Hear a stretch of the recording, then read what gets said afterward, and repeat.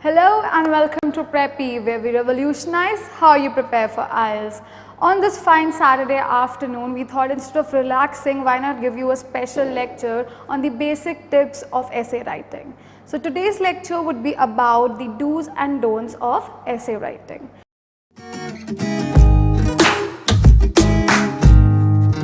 Let's move on to the very first tip, which is do not use complicated words. Complicated words are often confused with good vocabulary. That is not the case. If you think that using complicated words would fetch you good bands in lexical resources, I'm sorry to tell you that's not the case. Complicated words, if you are not sure of their meaning, can actually ruin and change the meaning of your entire sentence and make you score lesser in your essay instead of enhancing your score. So, instead of writing complicated words and more academic words, it's better to use synonyms rather than repeating the same word. So, use different synonyms for the same word, and doing that would help you showcase a wide range of your vocabulary, right? Moving on to the next point. 3 body paragraphs are barely necessary. So, candidates come up to me and ask this particular question. Ma'am, how many body paragraphs should we write in our essays? First of all, there is no prescribed number of body paragraphs. It all depends upon your essay. But considering the time limit and the word limit prescribed to us by IELTS, I would suggest you to not write more than 3 body paragraphs. In fact, personally, I write 2 body paragraphs and try to wind up my answer with it. So, in case of questions like advantages, disadvantages and opinion, you can write the 3rd body paragraph. Otherwise, try and wind up your answer in 2 body paragraphs preferably. But don't ever try and exceed the 3 body paragraph limit. Doing so would prevent you from completing and concluding your answer in time and would hinder your performance in the essay writing. The 3rd point, don't use slangs or informal language. This is a very basic tip. We all know that informal language is exclusively for the informal letter. When it comes to other types of essays or semi-formal or formal letter, we have to stick to formal language. So make sure you don't mistakenly write informal language in your essays. And also, this is a basic point.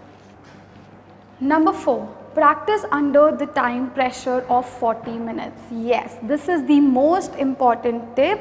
While you're practicing at home, practice under the time pressure, which is to time yourself while you're writing. Do not exceed 40 minutes. Write whatever you can in those 40 minutes. Doing so would help you to sum up your essay and conclude it within 40 minutes in your examination hall. So this is a very, very important point, and make sure you adhere to this and try to conclude the 250 word limit in 40 minutes, and same is the case with letter also. Time yourself, don't exceed 20 minutes while you're writing your letter. Don't write too much. Quality over quantity. Yes, 250 words is a must. You should write 250 words, but don't exceed to 400 words or more. I have evaluated one essay which one of you has sent to us. It had 400 plus words. Doing so would only decrease the quality of your answer, because the more the quantity, the more are the chances that you would commit an error.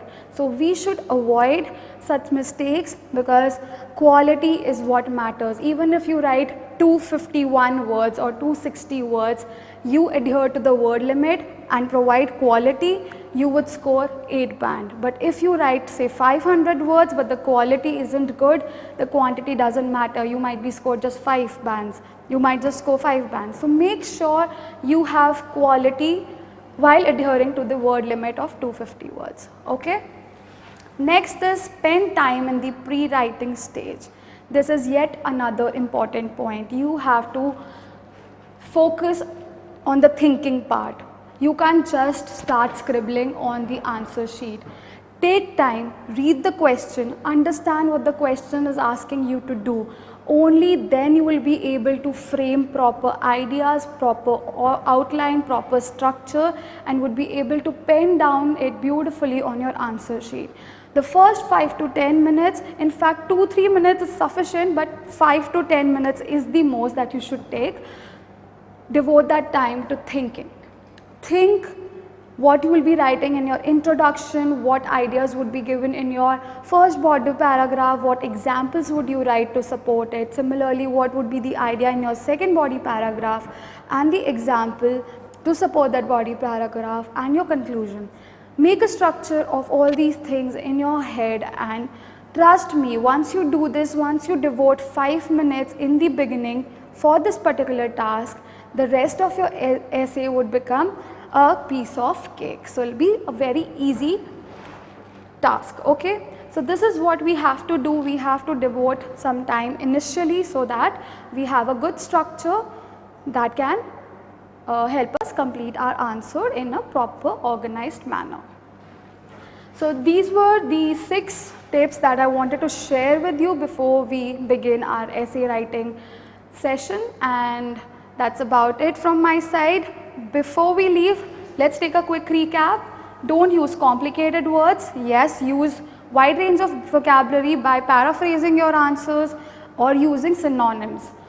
3 body paragraphs are barely necessary. Yes, 2 body paragraphs are more than enough to wind up your answers in case of most of the questions. In case need be, you can extend it to the 3rd body paragraph in some of the questions. Don't use slangs or informal language. We all know about this. Practice under time pressure. If you haven't been practicing under time pressure, I would suggest you to start doing that from today. Practice under the 40-minute time limit.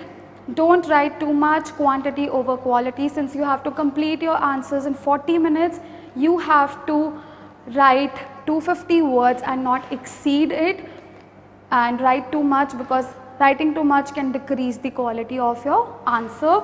Spend time in the pre-writing stage. Yet another important point, spend time, think about what you want to write, what your ideas will be. Only then you will be able to express them well. If you're clear here, only then you will be clear on the answer sheet. So have clarity in your head on what are the thoughts you want to pen down, and you will be able to do it easily once you have clarity of thought. That's about it. Thank you so much. Stay tuned for future videos and subscribe to our channel.